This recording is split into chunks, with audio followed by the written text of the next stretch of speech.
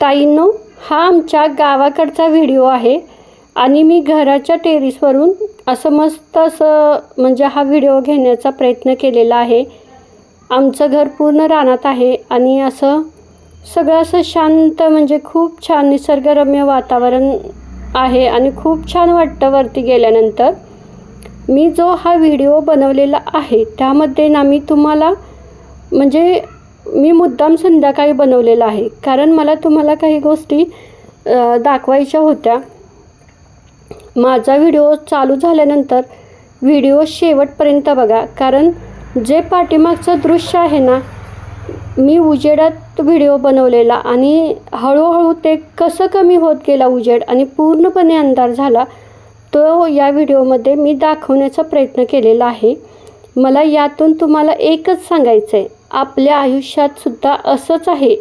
आपल्या आयुष्यात सुख आणि दुःख हे नेहमी येत असतात. सुख असू द्या किंवा दुःख असू द्या, ते पहिल्यांदा जास्त असतं आणि नंतर ते ना हळूहळू कमी होत जातं.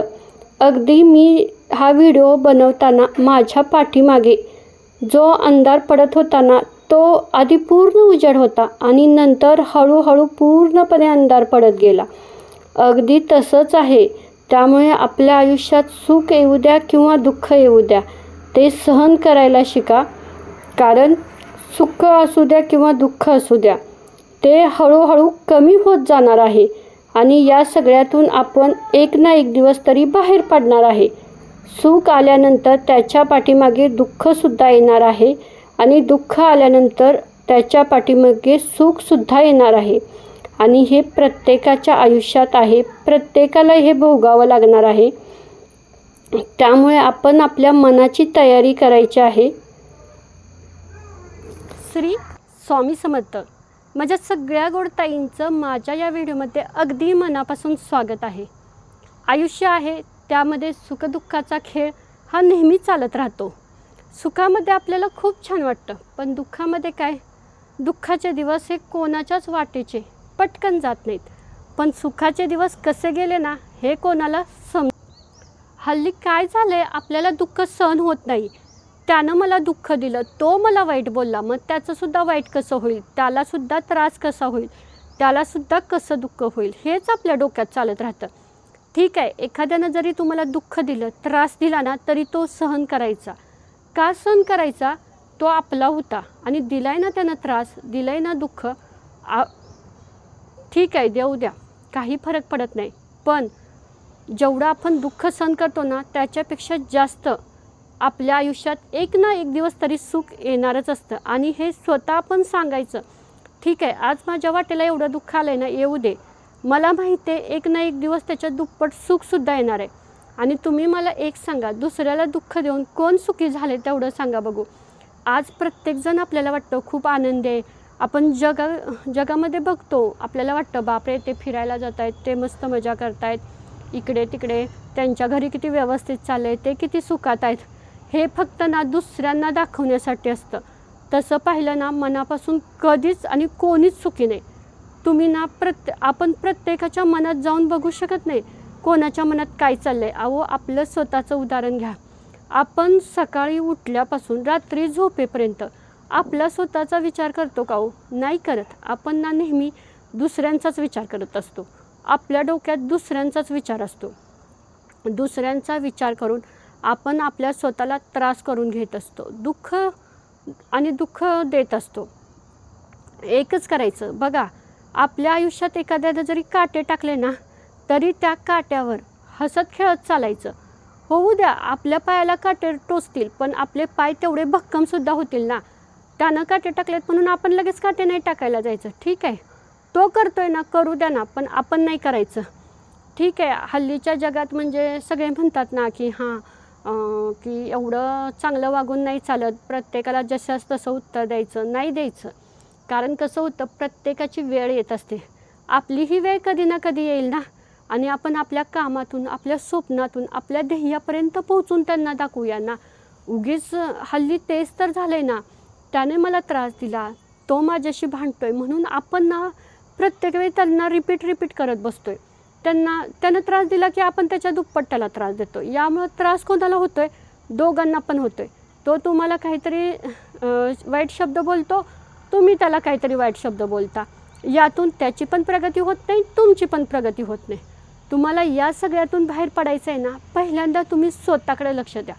जेवढं लक्ष देता येईल ना तेवढं लक्ष द्या. स्वतःवर ठाम विश्वास ठेवायचा, संयम ठेवायचा. दिला आहे ना मला त्रास, नाही लक्ष द्यायचं, आपलं आहे असं समजायचं आणि विसरून जायचं. आपण लहान होतो त्यावेळेला आपल्याला आपले आईवडील बोलायचेच ना, त्यावेळेला आपण ते सहन करायचो ना, का तर ते आपल्या चांगल्यासाठी बोलायचे.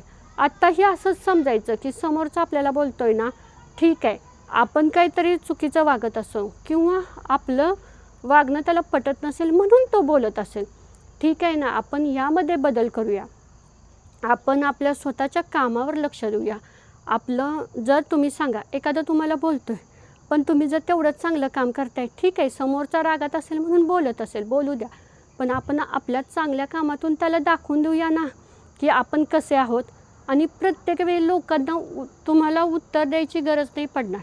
आपलं काय झालं आहे, कोण एखादा काही बोलला, कोण काही म्हटला की आपल्याला असं लगेच वाटतं, नाही त्यानं मला असं म्हणायला नको.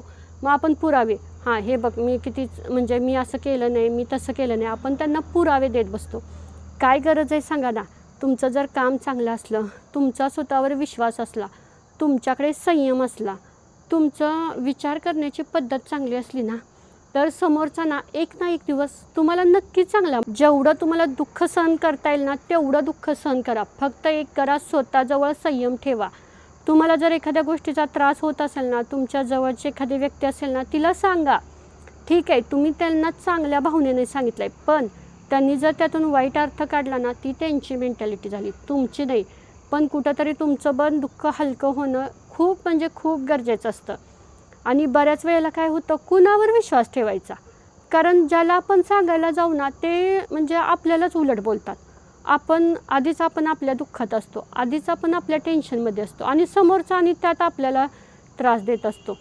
म्हणून मला तर असं वाटतं, या सगळ्यातून बाहेर पडायचं म्हणजे ना, चांगला उपाय म्हणजे आपण आपल्या स्वतःला जास्तीत जास्त कामात गुंतवून घ्यायचं. जेवढं होता होईल ना तेवढं काम करायचं. ठीक आहे, तुमचं ना पहिल्यांदा लक्ष नाही लागत, कारण तेवढा आपल्याला त्रास झालेलाच असतो. त्यामुळे एखादं काम हातात घेतो ना त्यावेळेला आपलं लक्ष नाही लागत. पण काय करायचं, एकदा जर तुमच्या मनाला सवय झाली ना, तर नक्की तुम्ही या सगळ्यातून बाहेर पडणार. आणि तुम्हाला एक सांगते, आपण ज्या वेळेला दुसऱ्याच्या ताटातून हिसकावून घेतो त्यावेळेला आपलं पोट भरतं का हो? कधीच नाही भरत. पण तेच जर आपण आपल्या कष्टाने खात असलो तर भले आपण कमी खाऊ द्या, आपल्याच ताटात काही जेवण नसू द्या, दुसऱ्याच्या ताटात कितीही असू द्या, पण दुसऱ्याच्या ताटातलं कधीच घ्यायचा प्रयत्न करू नका. असू द्या, आज आपण चटणी भाकरी खाऊन सुखी राहू, पण ते आपल्या कष्टाचं आहे. उद्या आपल्याकडे कोणी बोट नाही दाखवलं पाहिजे की हां मी ह्यांना मदत केली किंवा मी हिला दुःखातून बाहेर काढलं, मी हिला म्हणजे जास्त सपोर्ट केला, असं कुणी म्हणायला नको. जे काही करायचं आहे ना ते स्वतःच्या हिमतीवर करा. उशीर लागू द्या. जेवढं ना आपल्याला या सगळ्यातून बाहेर, तुम्हाला एक सांगू का, जेवढं तुमचं दुःख तुम्ही स्वतः एकट्याने जेवढं सहन कराल ना तेवढं तुम्ही या सगळ्यातून बाहेर पडाल. तुम्ही जेवढं दुसऱ्याला आपलं दुःख वाटत बसाल ना तेवढं दुप्पट दुःख तुमच्याकडे येणार आहे. पण हेच तुम्ही सुख वाटा बघा, त्याच्यात दुप्पट सुख तुमच्याकडे येईल. आपण काय करतो, आपल्याला एखाद्या गोष्टीचा त्रास झाला ना, आपण इतरांना सांगत बसतो. ते काय करतात, आपल्याला त्यातून बाहेर नाहीत काढत, त्याच्यावर अजून मीठ लावून सांगत बसतात. मग आपल्याला जास्तच त्रास होतो. मग असं वाटतं, आपण काय ह्यांना सांगितलं, माझं दुःख मी एकटीनंच भोगलं असतं तर चाललं नसतं का. आणि प्रत्येकाच्या आयुष्यात दुःख आहे, प्रत्येकाच्या आयुष्यात सुखसुद्धा आहे. त्यामुळे प्रत्येकाला प्रत्येकाच्या कर्मानुसार सुख आणि दुःख मिळत असतं. म्हणून एक करायचं, भले आपल्याकडे काय नसू द्या, पण आपलं ना कर्म चांगलं ठेवायचं. कर्म चांगलं ठेवायचं म्हणजे नक्की काय हो, आपण जे काम करतो ना ते प्रामाणिक आणि कष्टाचं पाहिजे, म्हणजे त्यातून चांगलंच काहीतरी उत्पन्न झालं पाहिजे. आणि दुसऱ्यांबद्दल विचार करताना ना नेहमी चांगला करायचा. असू द्या त्याने दुःख दिलं आहे म्हणून त्याचं वाईट होऊ दे असं कधीच म्हणायचं नाही. ठीक आहे, संयम तुटतो, नाही आपल्याकडे सहनशीलता नसते, खूप राग येतो प्रचंड, नको वाटतं, का मीच एकटीनं का सहन करायचं, असं एवढा त्रास होतो ना की नको वाटतं. पण नाही करायचं सहन. असं ना एकदम शांत बसायचं. तुम्ही ज्या देवांना मानता ज्या गुरूंना म्हणतात त्यांचं नामस्मरण करत राहायचं. ठीक आहे, फक्त ना शांत होऊ द्या, कितीही शांत 2 मिनटं डोळे बसून राहायचं. जेवढं दुःख आहे ना तेवढं शांततेत सहन करायचं. जेवढं तुम्ही शांततेत सहन कराल, जेवढं त्या दुःखाला वेळ द्याल ना, त्यातून तुम्ही बाहेर पडाल.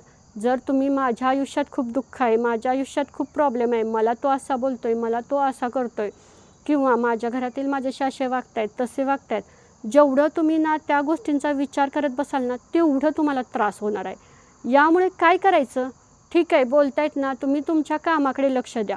तुम्ही ना फक्त मनातल्या मनात एवढंच सांगायचं की नाही, आता मी स्वामी महाराजांना म्हणते, मला पण कधी कधी भरपूर त्रास होतो, मी फक्त स्वामी महाराजांना म्हणते, नाही स्वामी महाराज, ठीक आहे मला त्रास होतो आहे, दुःख होतं आहे ना, मला ते पचवायची क्षमता द्या, मला अशा काही गोष्टींपासून लांब ठेवा की मला त्याचा त्रास नाही झाला पाहिजे.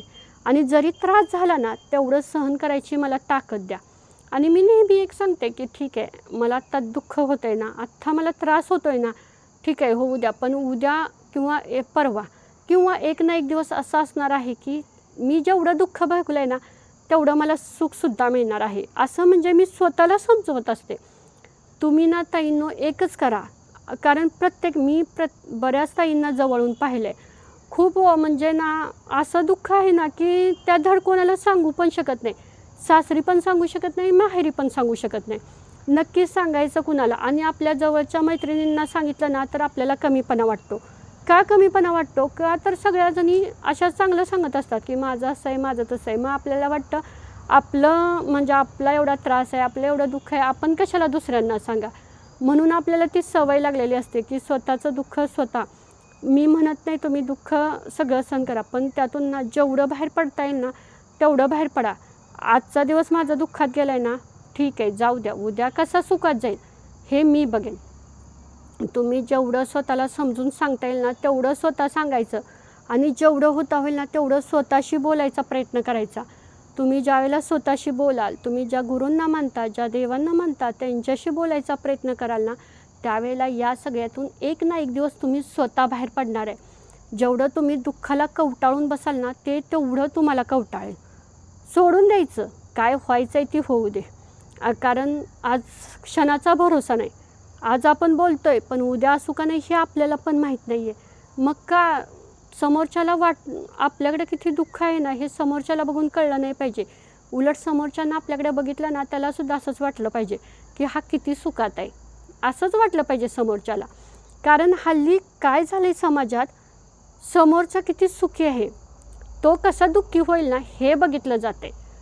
कुणालाच कुणाचं सुख असं म्हणजे हे होईना झालं आहे, सहन होईना झालं आहे. एखादा जर दुःखात असला ना की समोरच्याला सुख म्हणजे आनंद होतो, हां तो कसा दुःखात आहे. मग हेच तर झालं आहे ना. त्यामुळं जेवढं होता होईल ना तेवढं दुःख सहन करायला शिका.